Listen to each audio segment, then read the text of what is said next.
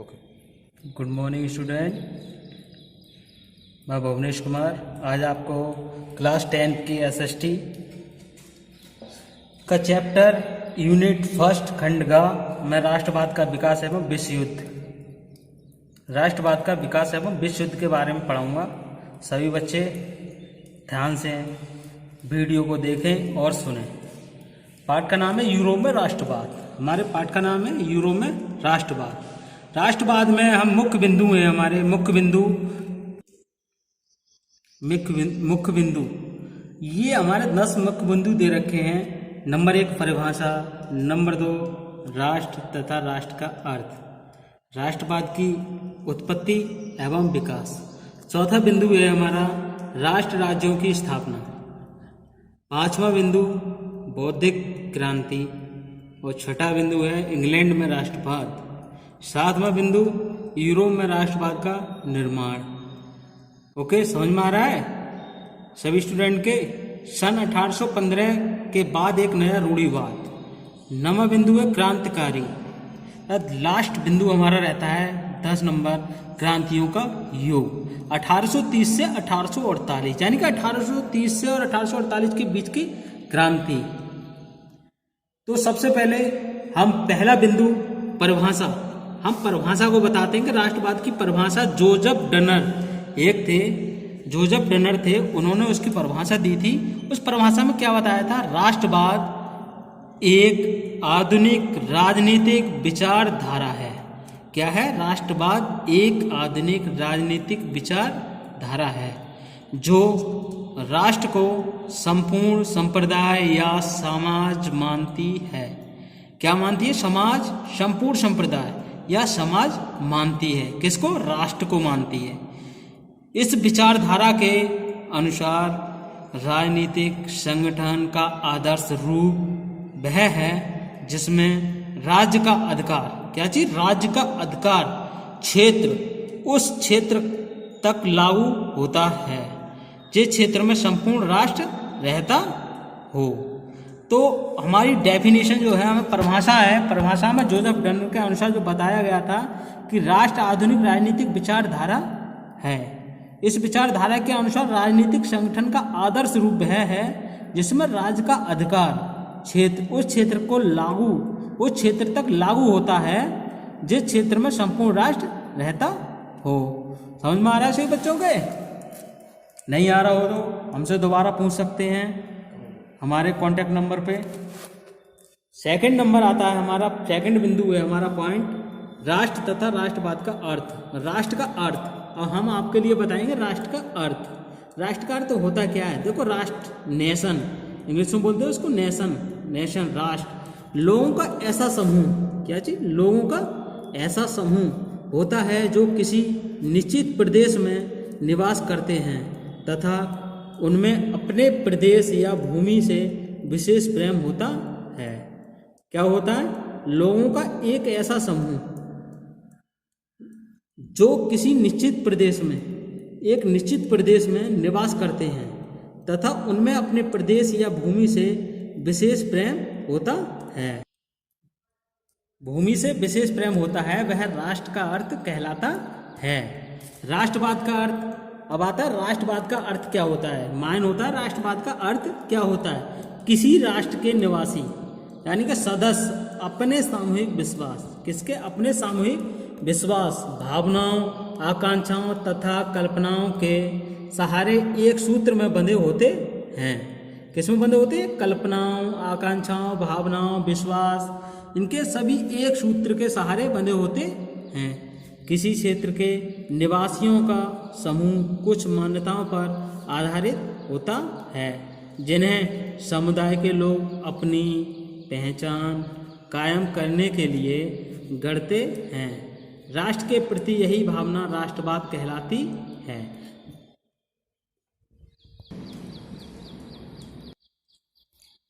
देखो, अभी हम सभी स्टूडेंट चर्चा कर रहे थे राष्ट्रवाद का अर्थ। क्या चीज? राष्ट्रवाद का अर्थ किसी राष्ट्र के निवासी सदस्य अपने सामूहिक विश्वास, भावनाओं, आकांक्षाओं तथा कल्पनाओं के सहारे एक सूत्र में बंधे होते हैं किसी क्षेत्र के निवासियों का समूह कुछ मान्यताओं पर आधारित होता है जिन्हें समुदाय के लोग अपनी पहचान कायम करने के लिए गढ़ते हैं। राष्ट्र के प्रति यही भावना राष्ट्रवाद कहलाती है। अगर किसी स्टूडेंट के समझ ना आए तो वो हमारे कॉन्टैक्ट नंबर 9456030930 पर संपर्क कर सकता है। नेक्स्ट पॉइंट पर चलते हैं हम, राष्ट्र की उत्पत्ति एवं विकास। राष्ट्रवाद की उत्पत्ति एवं विकास यानी कि राष्ट्रवाद की उत्पत्ति कहाँ से हुई, इसका कैसे विकास हुआ, इसके बारे में हम चर्चा करेंगे। राष्ट्रवाद का उत्थान आधुनिक युग में सर्वप्रथम यूरोप में हुआ था। कहाँ हुआ था? यूरोप में। क्या हुआ था? राष्ट्रवाद का उत्थान आधुनिक युग में सर्वप्रथम यूरोप में हुआ था। प्राचीन तथा मध्य युग में छोटे छोटे राज्य अस्तित्व में थे। किसमें थे? अस्तित्व में थे। तथा सामंतवादी व्यवस्था, जिसको हम फीडरल सिस्टम बोलते हैं, क्या बोलते हैं? फीडरल सिस्टम बोलते हैं, प्रचलित थी, जिसके कारण राष्ट्रवाद की उत्पत्ति नहीं हो सकी। इसके पश्चात सन 17वीं, 18वीं, 19वीं शताब्दियों में आंतरिक एवं बाहरी बाधाओं के विरुद्ध लंबे संघर्ष के परिणाम स्वरूप आधुनिक राष्ट्रों एवं राष्ट्रवाद का उदय एवं उत्थान हुआ। हम चौथे पॉइंट पे बात करेंगे। चौथा पॉइंट है हमारा राष्ट्र राज्यों की स्थापना। क्या है? राष्ट्र राज्यों की स्थापना। अगर किसी स्टूडेंट की समझ नहीं आए तो वो हमसे संपर्क कर सकता है, पूछ सकता है और स्क्रीनशॉट भी ले सकता है और अपनी नोटबुक पे इसको नोट्स करके कंप्लीट कर सकता है। तो शुरू करते हैं हम। राष्ट्र राज्यों की स्थापना 16वीं शताब्दी के आरंभ तक यूरोप में अनेक राष्ट्र राज्यों की स्थापना हो चुकी थी। किसकी हो चुकी थी? अनेक राष्ट्र राज्यों की स्थापना हो चुकी थी। जैसे इंग्लैंड हमारा देश था, फ्रांस, पुर्तगाल, स्पेन, ऑस्ट्रिया, रूस, तुर्की आदि देश थे। कितने देश थे? आदि देश थे। इंग्लैंड, फ्रांस, पुर्तगाल, स्पेन, ऑस्ट्रिया, रूस, तुर्की। इन राज्यों के शासकों के अधीन केंद्रीय सरकार, क्या चीज? हमारी केंद्रीय सरकार की शक्ति बहुत बढ़ गई थी। क्या बढ़ गई थी? केंद्रीय सरकार की शक्ति बहुत बढ़ गई थी तथा सामंतों एवं स्थानीय सरकारों की शक्ति अत्यंत दुर्बल हो गई थी। जब केंद्र सरकार की शक्ति बढ़ गई थी तो उनके प्रति जो सामंत थे, हमारे स्थानीय सरकारों की शक्ति कमजोर पड़ गई, यानी कि दुर्बल हो गई थी। समझ में आया सभी बच्चों के? ठीक, ओके। सभी स्टूडेंट अब नेक्स्ट पॉइंट देखेंगे, बौद्धिक क्रांति। क्या चीज? बौद्धिक क्रांति। बौद्धिक क्रांति क्या थी? रूसो, एक हमारा दार्शनिक था रूसो, वाल्टेयर, मॉन्टेस्क्यू आदि महान दार्शनिकों के विचारों ने भी, ये हमारे रूसो था, वाल्टेयर, मॉन्टेस्क्यू, ये हमारे कौन थे? महान दार्शनिक थे। कौन थे? महान दार्शनिक थे। इनके विचारों ने भी राष्ट्रीयता की भावना को बल प्रदान किया। किसकी? इनके विचार जो थे उनके द्वारा हमारे राष्ट्रीयता की भावना को बल प्रदान किया गया। जैसे दार्शनिकों ने मानव की गरिमा, क्या चीज? दार्शनिक जो थे, हमारे दार्शनिक जो थे, कौन कौन दार्शनिक? रूसो, वाल्टेयर, मॉन्टेस्क्यू जैसे दार्शनिकों ने हमारे मानव की गरिमा, उसके अधिकारों तथा आदर्शों को प्राथमिकता दी। उन्होंने हमारे क्या थी? मानव की, दार्शनिकों ने मानव की गरिमा, उसके अधिकारों तथा आदर्शों को प्राथमिकता दी। समझ में आ रहा है? सही बच्चों के? जो समझ में नहीं आया वो बच्चा हमसे पूछ सकता है, हमसे कांटेक्ट कर सकता है, कमेंट बॉक्स में लिख सकता है। नेक्स्ट पॉइंट, इंग्लैंड में राष्ट्रवाद। अगला हमारा जो पॉइंट है, इंग्लैंड में राष्ट्रवाद है। उसके बारे में हम बताएंगे कि इंग्लैंड का प्रथम देश, क्या चीज, इंग्लैंड का प्रथम देश था। इंग्लैंड यूरोप का प्रथम देश था जिसमें 17वीं शताब्दी में आधुनिक राष्ट्रवाद पूर्ण रूप से प्रकट हुआ। क्या हुआ था? जिसमें 17वीं शताब्दी में आधुनिक राष्ट्रवाद पूर्ण रूप से प्रकट हुआ था। 16वीं शताब्दी में इंग्लैंड के शासकों ने सामंतों की शक्ति समाप्त कर दी थी। क्या कर दी थी? सामंत जो थे उनकी शक्ति समाप्त कर दी थी। पोप तथा रोमन कैथोलिक चर्च का प्रबल विरोध करके राष्ट्रीय प्रोटेस्टेंट चर्च की स्थापना कर ली थी। क्या कर ली थी उन्होंने? पोप तथा रोमन कैथोलिक चर्च का प्रबल विरोध करके इन सभी का विरोध किया था। किसने किया था?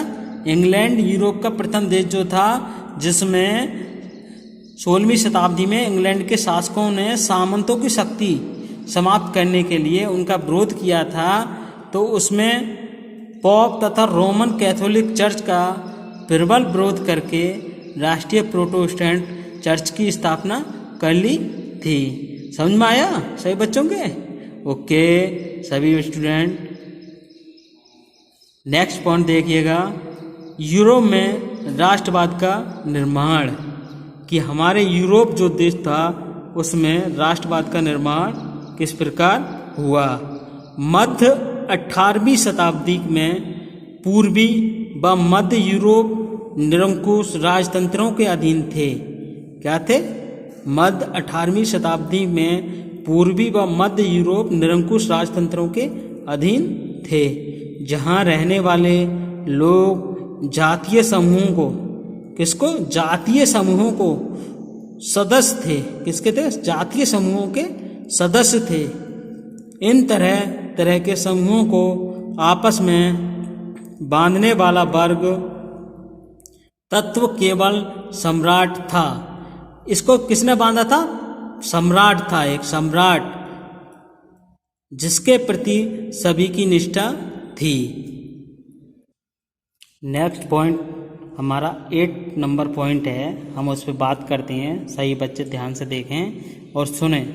सन 1815 के बाद एक नया रूढ़िवाद आया था। क्या था? एक नया रूढ़िवाद था। उसमें क्या था? सन 1815 में नेपोलियन की पराजय के पश्चात, एक नेपोलियन की पराजय के पश्चात यूरोप की सरकारें रूढ़िवाद की भावना से प्रेरित थीं। किससे थी? रूढ़िवाद की भावना से प्रेरित थीं। जिसमें क्या हुआ था कि रूढ़िवादियों का मत था कि राज्य व समाज द्वारा स्थापित की गई पारंपरिक संस्थाएं, जैसे कौन कौन सी संस्थाएं पारंपरिक थी? जैसे चर्च, सामाजिक भेदभाव, राजतंत्र, संपत्ति एवं परिवार के बनाए रखना चाहिए। क्या बताया था? नेपोलियन की पराजय के पश्चात यूरोप की सरकारें रूढ़िवाद जब हुई थी तो उनकी भावनाओं से प्रेरित थी। तो उसमें क्या था कि रूढ़िवादियों का मत था कि राज्य व समाज द्वारा, जो हमारा राज्य था, स्टेट था, और हमारा समाज जो था उसके द्वारा स्थापित की गई पारंपरिक, क्या थी? पारंपरिक संस्थाएं, जैसे चर्च, क्या था? चर्च, सामाजिक भेदभाव, राजतंत्र, संपत्ति एवं परिवार को बनाए रखना चाहिए। और सन 1815 में, किस सन में? सन 1815 में स्थापित रूढ़िवादी शासन व्यवस्था, क्या चीज? सन 1815 में स्थापित की गई थी रूढ़िवादी शासन व्यवस्थाएं। निरंकुश थी। कैसी थी? निरंकुश थी। जिसका कोई नई रूढ़िवादी व्यवस्था के आलोचक, क्या था? नई रूढ़िवादी व्यवस्था के आलोचक उदारवादी, राष्ट्रवादी, प्रेस की स्वतंत्रता चाहते थे। जो निरंकुश लोग थे हमारे सन 1815 में रूढ़िवादी शासन व्यवस्था के, वो चाहते थे कि प्रेस की स्वतंत्रता, किसकी? प्रेस की स्वतंत्रता चाहते थे। समझ में आ रहा है सही बच्चों के? अगर समझ में ना आ रहा हो तो वो बच्चा हमसे दोबारा पूछ सकता है हमारे मोबाइल नंबर पर 9456030930 पर संपर्क कर सकता है और कमेंट बॉक्स में भी लिख सकता है। नेक्स्ट पॉइंट नंबर 9, उसमें आता है हमारा क्रांतिकारी। क्या आता है? क्रांतिकारी। क्रांतिकारी के बारे में हम आपको बताएंगे। सन 1815 के बाद यूरोप में उदारवादी राष्ट्रवादी सरकारी दमन के भय से, किसके? उदारवादी राष्ट्रवादी जो सरकारी दमन के भय से भूमिगत हो गए। कौन हो गए थे? भूमिगत हो गए। विभिन्न यूरोपीय देशों में, किसमें? विभिन्न यूरोपीय देशों में क्रांतिकारियों का प्रशिक्षण एवं विचारों का प्रसार करने के लिए अनेक गुप्त संगठनों का निर्माण हुआ। क्या हुआ था हमारे? इन किसकी चीज का? उदारवादी राष्ट्रवादी सरकारी दमन के भय से भूमिगत हो गए विभिन्न यूरोपीय देशों में। किसमें? विभिन्न यूरोपीय देशों में जो हमारे क्रांतिकारियों के लिए प्रशिक्षण एवं विचारों का प्रसार करने के लिए अनेक गुप्त संगठनों का निर्माण हुआ था। किसका हुआ था? अनेक गुप्त संगठनों का निर्माण हुआ था। उसमें क्या किया गया था कि इटली का, किसका? इटली का क्रांतिकारी, उसका नाम था ज्यूसेppe मोत्सनी। क्या नाम था उसका? ज्यूसेppe मोत्सनी का जन्म जेनोआ, किसमें? एक जेनोआ में सन 1807 में हुआ था। कहाँ हुआ था? सन 1807 में हुआ था। वह कार्बोनारी क्या चीज? वह कार्बोनारी के गुप्त संगठन का सदस्य था। जो इटली के क्रांतिकारी ज्यूसेppe मोत्सनी का जन्म जेनोआ में सन 1807 में हुआ था, वह कार्बोनारी के गुप्त संगठन का सदस्य था। समझ में आया सही बच्चों के? किसका सदस्य था वह? कार्बोनारी गुप्त संगठन का सदस्य था। कौन था सदस्य? ज्यूसेppe मोत्सनी। देखो, ज्यूसेppe मोत्सनी ने 2 भूमिगत संगठनों की स्थापना की। किसकी की थी? 2 भूमिगत संगठनों की स्थापना की थी। किसके द्वारा की गई थी? ज्यूसेppe मोत्सनी के द्वारा। नंबर 1 था मार्सेई में यंग इटली। मार्सेई, एक मार्सेई जगह है, वहां में यंग इटली की स्थापना की गई थी। और नंबर 2 बर्न में यंग यूरोप, बर्न में यंग यूरोप की स्थापना की थी। देखो, मेटरनिक के अनुसार, एक मेटरनिक के ने बताया कि मोत्सनी को हमारी सामाजिक व्यवस्था का, मेटरनिक जो था उसने बताया था मोत्सनी को हमारी सामाजिक व्यवस्था का सबसे खतरनाक दुश्मन बताया था। वो जो मोत्सनी था, ज्यूसेppe मोत्सनी जो था, उसको हमारी सामाजिक व्यवस्था का सबसे बड़ा दुश्मन, खतरनाक दुश्मन बताया था। समझ में आ रहा है सही बच्चों के? ओके। अब हमारे चैप्टर का आखिरी पॉइंट है क्रांतियों का युग। क्या है? क्रांतियों का युग।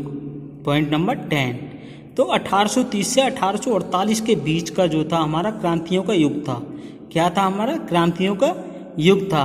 क्रांतियों का नेतृत्व उदारवादी राष्ट्रवादियों ने किया। किसने किया था? उदारवादी राष्ट्रवादियों ने किया, जिसमें शिक्षित मध्यम वर्गीय विशिष्ट जन थे। कौन थे जिसमें? शिक्षित मध्य वर्गीय विशिष्ट जन थे। विशिष्ट जन का मतलब यानी विशेष लोग थे। जैसे फ्रांस में जुलाई 1830 में क्रांति का सूत्रपात प्रथम विद्रोह के रूप में हुआ था। फ्रांस में जो हुआ था, हमारी फ्रांस की क्रांति जो हुई थी वो जुलाई 1830 में क्रांति का सूत्रपात प्रथम विद्रोह के रूप में हुआ था। किसके रूप में हुआ था? प्रथम विद्रोह के रूप में हुआ था। इस विद्रोह के फलस्वरूप वहाँ एक संवैधानिक, क्या हुआ था? फलस्वरूप वहाँ एक संवैधानिक राजतंत्र की स्थापना हुई। किसकी स्थापना हुई? राजतंत्र की स्थापना हुई। नेक्स्ट बिंदु बताते हैं हम इसका। मेटरनिक ने टिप्पणी की थी। क्या की थी मेटरनिक ने? जो मेटरनिक जो था उसने एक टिप्पणी की थी। क्या टिप्पणी की थी? जब फ्रांस छींकता है। क्या चीज? देखो कितनी रोचक बात है कि जो मेटरनिक ने बताया था उस पर टिप्पणी की थी। उसके बारे में जो बताया गया है कि जब फ्रांस छींकता है, समझे? जब फ्रांस छींकता है तो बाकी यूरोप को क्या चीज, तो बाकी यूरोप को सर्दी जुकाम हो जाता है। रोचक बात है। देखो, यूनान के स्वतंत्रता संग्राम, क्या चीज, यूनान के स्वतंत्रता संग्राम ने संपूर्ण यूरोप के शिक्षित अभिजात वर्ग में राष्ट्रीय भावनाओं को भर दिया था। किसको भर दिया था? अभिजात वर्ग में राष्ट्रीय भावनाओं को भर दिया था। कवियों और कलाकारों ने यूनान को यूरोपीय सभ्यता का पालन बताकर प्रशंसा की थी। सन 1832 की कस्तुनतुनिया, क्या थी? कस्तुनतुनिया की संधि ने यूनान को एक स्वतंत्र राष्ट्र घोषित किया था। आज का हमारा यह लेसन यहीं समाप्त होता है। कल हम फिर अगले लेसन पर बात करेंगे। आज के लिए बस इतना ही। Thank you student.